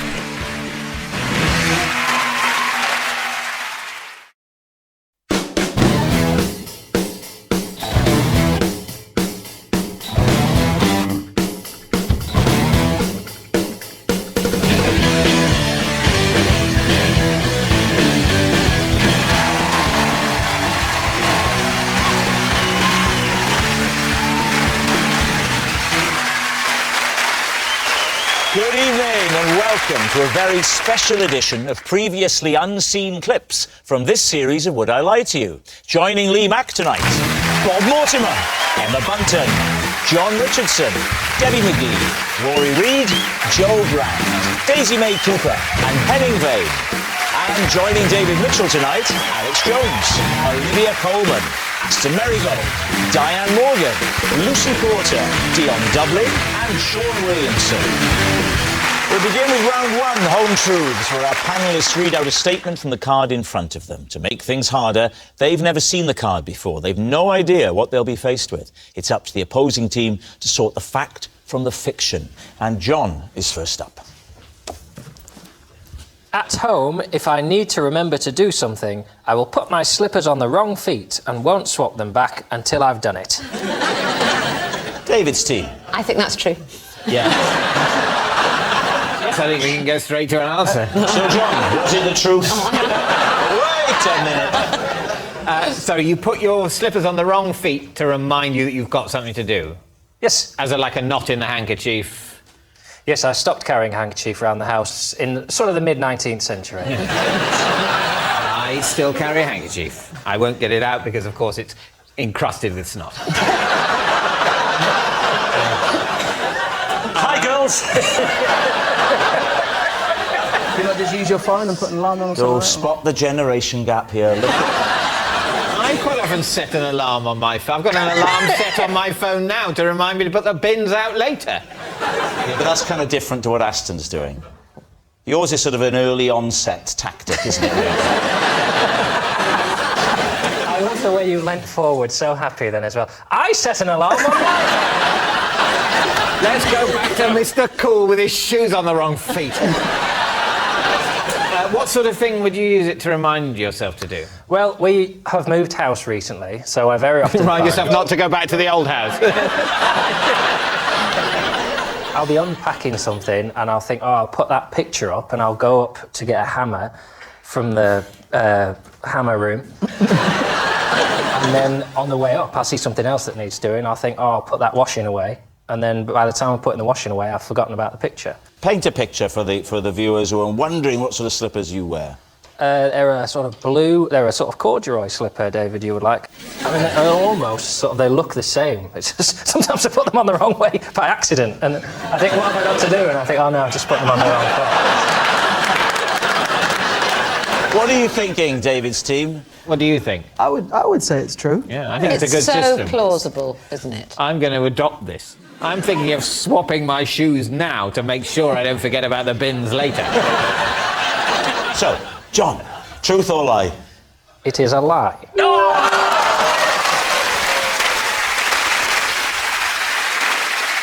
Diane, you're next. Possession. Right, there's a box underneath your desk, Diane. Could you open the lid, read the card out first, and then take out the item? Every time I lose a tooth, I put it in a pot. This is that pot. Right, well, these two. Now, I'm confused because my children are watching this. Why didn't the tooth fairy take them? Well, they did some. Because if you was to put that under your pillow, you'd get about 700 quid. Are there teeth in there now? Yes. Okay. So why did you decide to start just collecting them? Something to do, isn't it? So can I come and get it? You can go and get it if you want to, yes. All right. You lost weight, you look great. As rehearsed, well done. Thank you. I'll take the lid. Yeah. I feel like a very grumpy fairy. There's a quid under your pillow, love. Oh my God! Oh wow! Wow. Huge. That's a big one. That's like a cat's tooth. Like a fang. This one's quite decayed. Yeah, they're not healthy-looking teeth. No. She's from Bolton. Can you talk us through them, Diane? Do you remember which one comes from where? Well, they all came from my mouth. I appreciate that, but in which Can you parts of the explain mouth? this one? Because that is just. That's which like one a is that? dinosaur tooth. It's very long and sharp. Well, you know that it's not just the top of your teeth that you can see, they go down into your gums. Oh, yeah, I went to school. What scares me is if this isn't true, whose teeth are they? If I find out the producer of this show has pulled out his children's teeth for the sake of this show, I will genuinely say, well done, mate. You can probably buy children's teeth online. What do you think, Rory? Is she telling the truth? I think she has to be telling the truth because she doesn't strike me as a person warped and deranged enough to collect other people's teeth. No, I don't think... I don't... No. I think I better explain how this show works. If she's not telling the truth, it means that this is as new to her as it is to us. It doesn't mean I'm lying because they're not my teeth. All right, it's true. It's true. I hope it's true. OK, true. You're saying it's true? Yeah. OK, Diane, truth or lie? It's actually true. Why would you do that? Bob, you're next. My first taste of fame was when the local newspaper dubbed me the Cockroach King. David's team. What was the newspaper? My local. It was called the South London Press.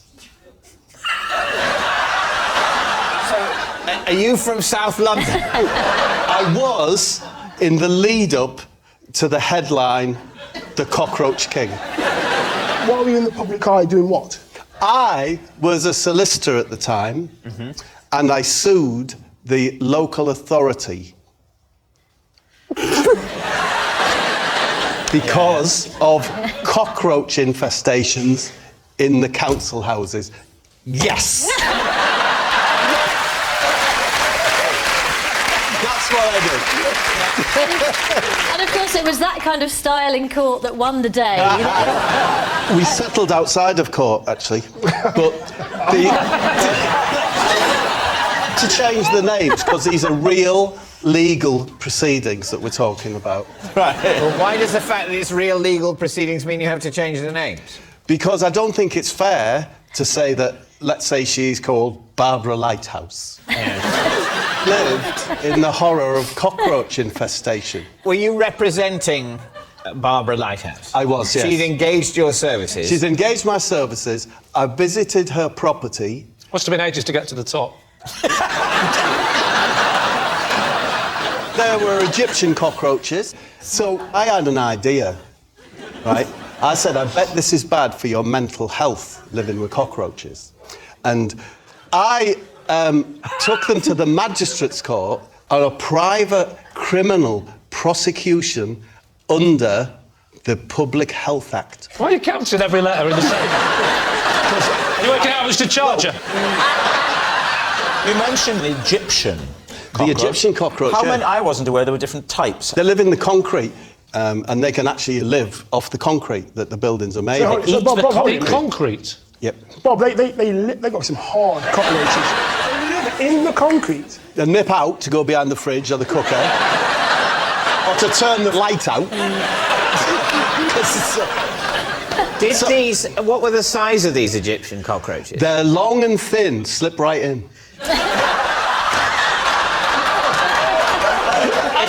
That's my profile on Tinder.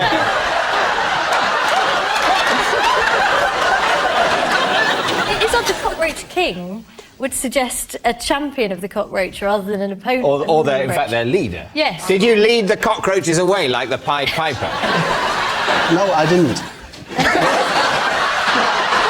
happened was I got an expert from the University of Cambridge called Broccoli High Kicks. Again, I've changed his name. His brief from me was, can you in any way argue that this is contrary to public health? He confirmed it, went to court. It's all coming ever so clear now. We went to court, yeah? Ronnie Omlets was the housing officer. The weird thing is you haven't changed his name, have you? And what was she called? Barbara Lighthouse. Barbara Lighthouse brought a clear jar of the cockroaches with her and poured them over Ronnie Omlets. Right? Of course, he was very frightened, didn't know what to do, at which point Barbara Lighthouse said, I think I've made my point, you know, to the housing officer. Yeah. This is what I live with. So the council agreed to rehouse. Next day, the Cockroach King. What's he going to say, David? What do you think? It's that bizarre that only Bob could make it up, so I think that's true. That doesn't make sense. If you're saying only Bob could make it up, then he could have made it up. No, only Bob can make it up like that. Right. So convincing. Yeah.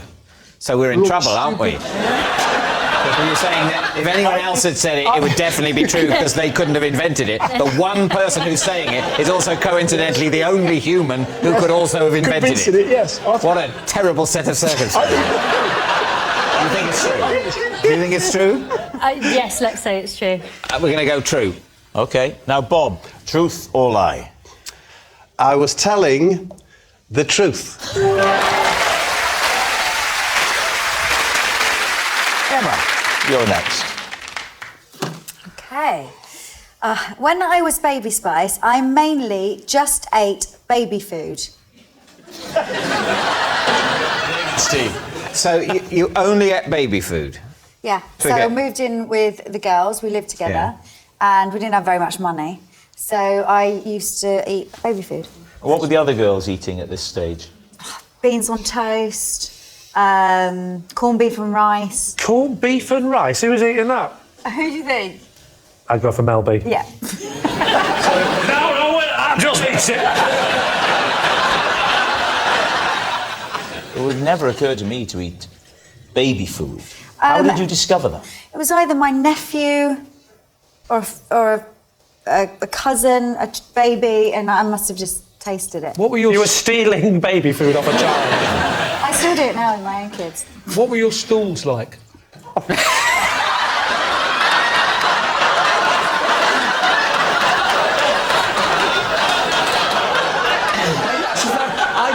I don't think that question's ever been asked before on this show.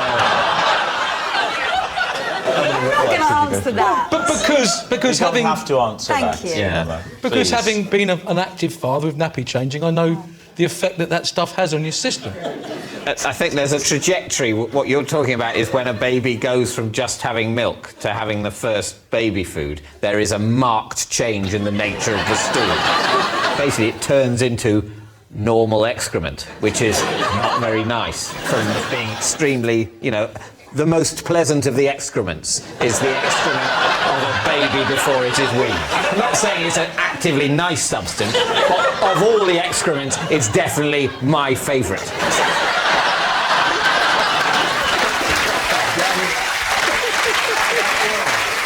Can I just say, David, on behalf of the team, thank you for getting us past Sean's awkward moment. Thank you. If you like, I'll rank all of the excrements. So I would prefer horse to dog. Who wouldn't? No one puts dog on their roses. Tell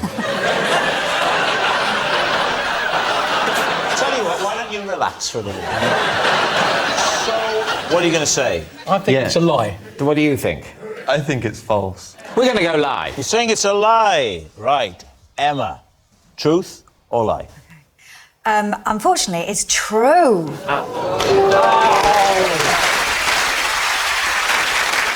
David, you're next.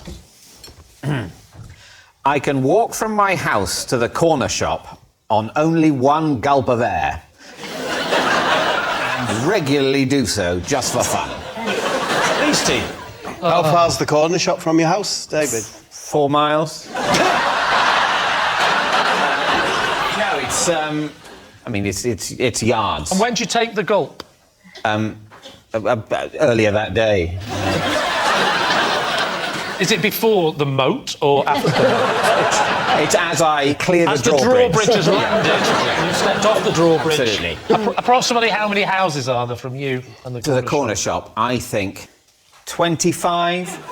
But these are just estate workers' cottages. So I'm past them very, very quickly. Why did you go to the shop and think, I'll take a gulp of air and hold your breath till you get there? It started on a day where I had a problem with serial hiccups. One way of getting rid of hiccups is to hold your breath, but I was also going to the shop and I was trying to hold my breath as long as possible. And is it not an awkward moment when one of your neighbours passes you and says, "Morning, David," and you go, "Morning"?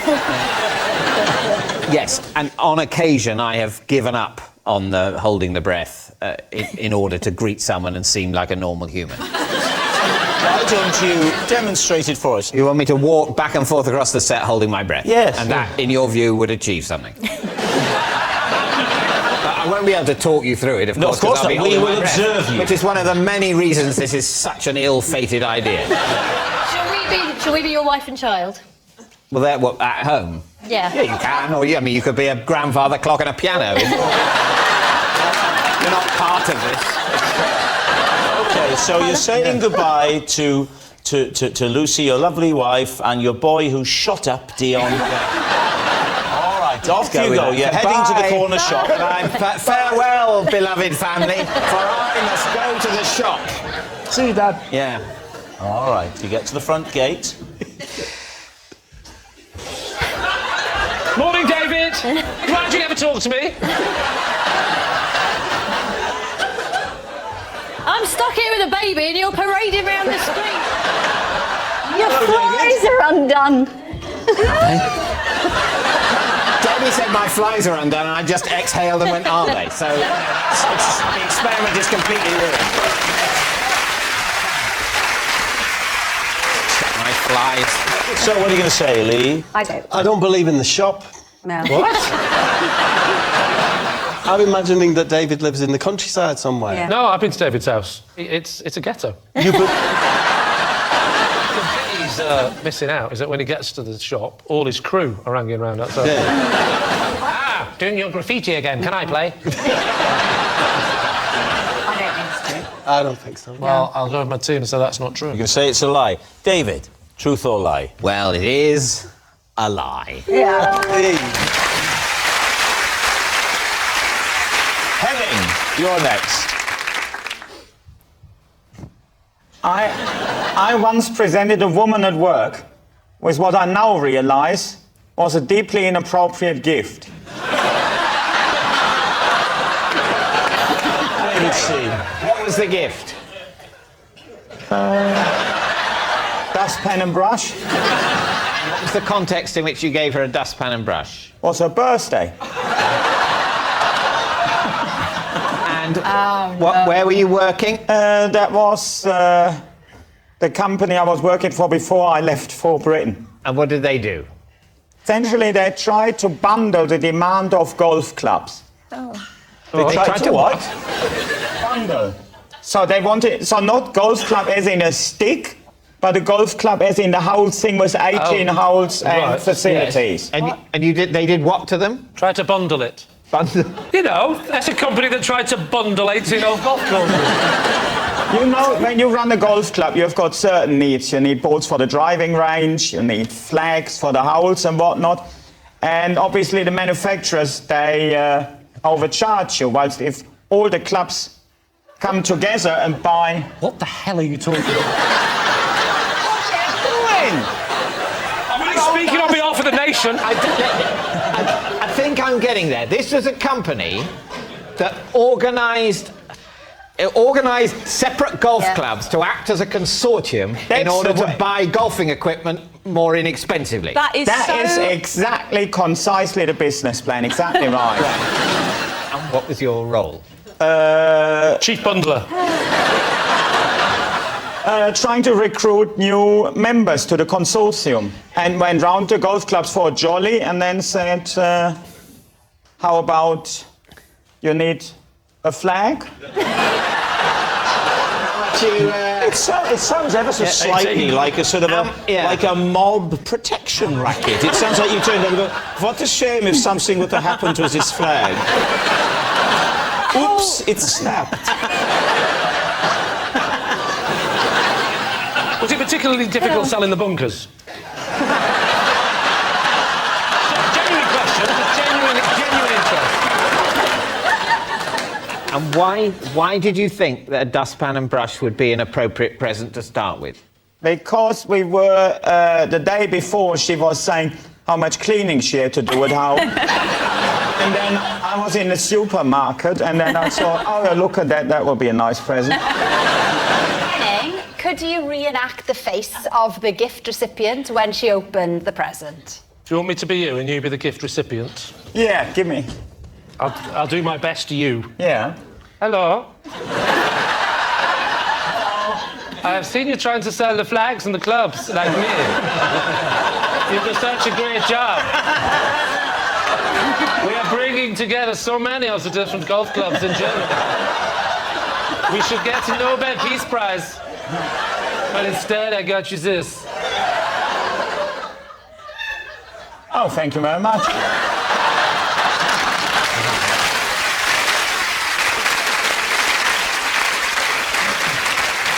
Alex, when you're there on the One Show, do you exchange gifts? Do you and Matt Baker? Do you? It's me, Matt Baker. Do you?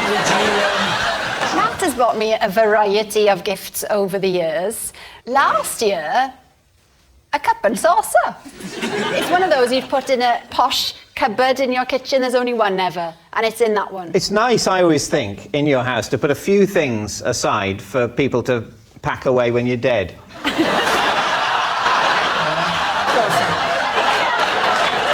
got a few things in my house. You put them there, you sort of think, yeah, I won't be touching that again. But one day, when I'm dead, someone will have to deal with that. All right, well, David, what do you think? I think we'll all die one day. Is it the truth? It's true. I think it's true. Well, I think we think it's true. It's true. Yeah. Okay. Henning, was it true or was it a lie? Of course it's true.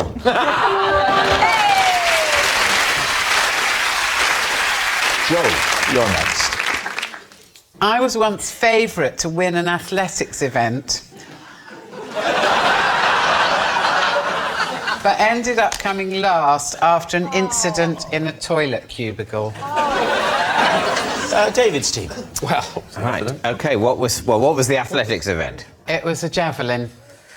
The javelin, and when were you entered into a javelin competition? When I was at school. How old were you? I was about 16. And you were the favourite? I was. Why? Because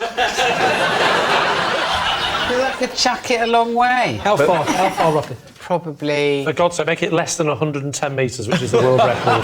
Give yourself a fighting chance. 111 metres. I'd say about 20 or 30 metres. Were you also good at running fast? Ha ha ha. I mean, to be fair, I think that was a genuine question. To get the momentum to throw it. Yeah, okay. I did actually, for a short time, hold the 100-metre record for our school. That was because I was having a fag behind the bike sheds and I heard the dinner bell.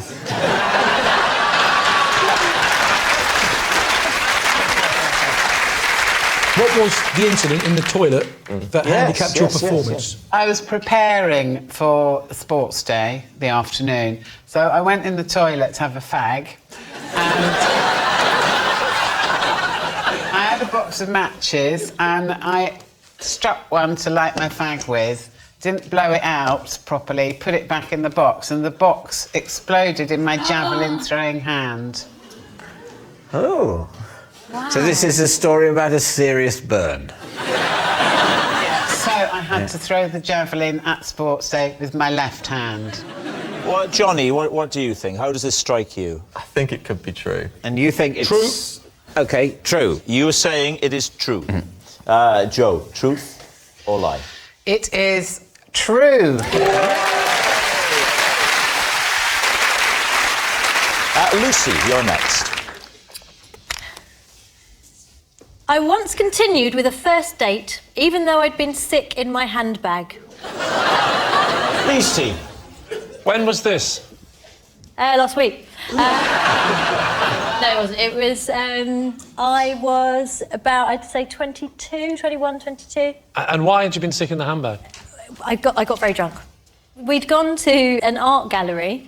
It was like a private fancy one, and he'd said, let's go. He was a bit older and posher, and he said, let's go to this art gallery. How much older and how much posher? How much married? He was terrible. He didn't have a chin, and he was... Now, did he literally not have a chin? It's no wonder you vomited into your handbag. So I'd got really drunk, and then he said, oh, I'll take you home. But we were on the bus. The man who's a lot posher than you took you home on the bus. Well, I'd normally have had to walk, so it was not great. How big was your handbag? It was a sort of novelty leopard skin fur bag that I'd bought from a sort of student market. Oh God, it was in a fur bag. Was he starting to go, you sure that's dead? He didn't notice at all. How were you sick? You must have been sat next to him. Yeah, I was sat next, but I think he was looking out the window or something. You were going home, or where were you going? He said, I'll walk you home. Yeah. And I walked, and I was aware that there was dripping. Oh. But he didn't seem to notice. Well, he was older. Maybe he was leaking too. So he walked you back to your house? Yes.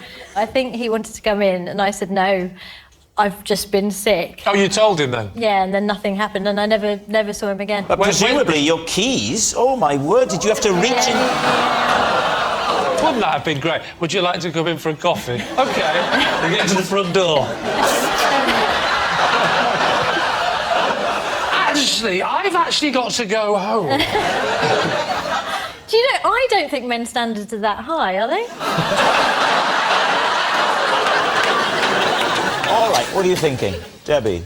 Well, I haven't quite got there yet, because if you're sick in your handbag over all your stuff, it is going to seep out a lot. See, first he said it was dripping out, and it would be leaving a trail. It's smelly. At least he can find his way back to the bus stop. Follow the yellow stick road.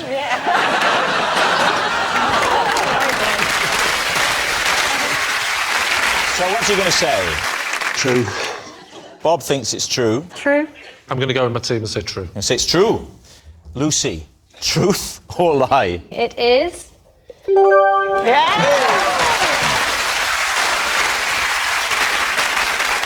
afraid that's all we've time for on this special edition of Would I Lie to You. Thank you for watching. Good night.